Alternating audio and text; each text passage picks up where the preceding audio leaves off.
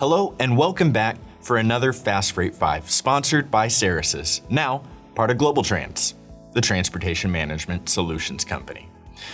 Global supply chains have moved to an era of resiliency and lean management, keeping up with the latest trends in the market and working to avoid disruptions through improved transportation management. Unfortunately, problems that lurked just below the surface are on the point of boiling over and emphasizing a few issues that the industry continues to struggle to manage. To mitigate risk during this time, I'll give you an update on what's happening that shippers need to be on the lookout for in the next week ahead as the market continues to endure this unprecedented Black Swan event. So, let's give you 5 things real fast.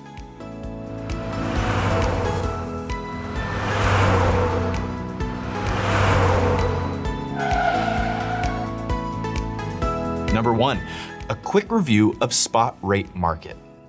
For the past week, spot rates slip across spot load posts, spot truck posts, van to load truck, flatbed load to truck, flatbed, and reefer load to truck. But van spot rates and reefer spot rates achieve modest gains in the same period. Compared to February 2020, rates are generally higher and on track to rise as more data comes out of the COVID-19 supply chain disruption. Number 2, the trucker shortage returns. Spot rates may further tighten in response to the truck driver shortage that appears to be worsening. While not necessarily a true supply chain disruption due to plenty of food, says Andrew Novakovic, an agricultural economist at Cornell University. However, the pandemic continues to highlight the weaknesses in the supply chain, including a finite talent pool. If demand for necessities continues at current levels, expect spot rates to jump suddenly, returning the industry to a carrier, not a shipper market. Number 3, procurement continues to present challenges due to limited, if any, access to global teams. Global response measures to the COVID-19 pandemic created new problems for procurement.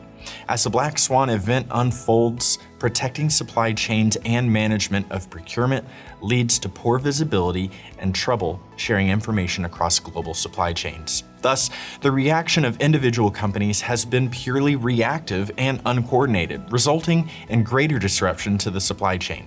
Surprisingly, a survey conducted by Rethinking in January and February found 70% of supply chain participants were still working to analyze data regarding the disruption's impact to date. Clearly, the industry is working overtime, but the question remains, will it be fast enough to prevent a complete disruption to base operations? Number 4, COVID-19 spending to boost infrastructure. After multiple years of yes and no responses to infrastructure spending, the $2 trillion COVID-19 economic stimulus bill is on track to finally address the problems with domestic infrastructure. Improved infrastructure has an estimated cost of around $2 trillion by 2025.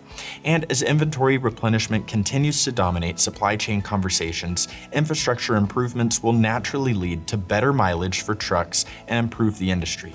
Of course, the decline in total road traffic, approximately 38%, will also impact the ability of truckers to move freight, reducing congestion on frequently traveled routes and boosting speed of delivery.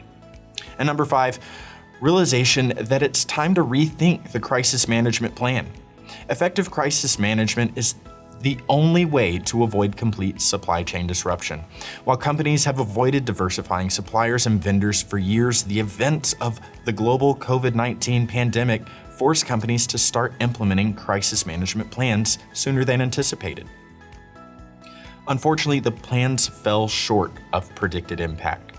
Companies are working to embrace dual sourcing, increase communication and collaboration, and maintain control over rate selection and freight management. It's a powder keg that's on the verge of explosion, and it showcases the need to seriously rethink crisis management starting now. There is some talk that the novel coronavirus will return in the fall, presenting new challenges that will mirror those of today. Rethinking strategies now can hopefully prevent the disruptions from reoccurring. There are many factors still in play with what will happen as the COVID-19 pandemic reaches its apex in the US.